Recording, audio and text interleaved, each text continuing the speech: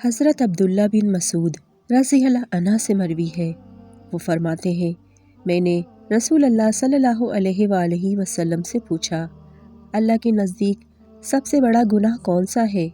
آپ صلی اللہ علیہ وآلہ وسلم نے فرمایا، یہ کہ تو اللہ تعالیٰ کو کسی کے ساتھ شریک کرے حالانکہ تجھے اللہ ہی نے پیدا کیا۔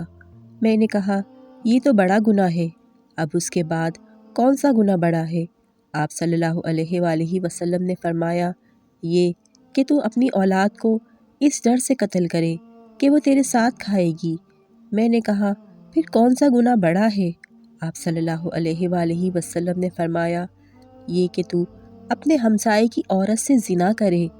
عبداللہ رضی اللہ عنہ سے مرفوع مروی ہے کہ آپ صلی اللہ علیہ وآلہ وسلم نے فرمایا، اپنے مردوں کو لا الہ الا اللہ کی تلقین کرو، کیونکہ مومن کی روح پسینے کا قطرہ ٹپکنے کی طرح نرمی سے نکل جاتی ہے، جبکہ کافر کا سانس اس کی پانچوں سے نکلتا ہے، جس طرح گدھے کا سانس نکلتا ہے۔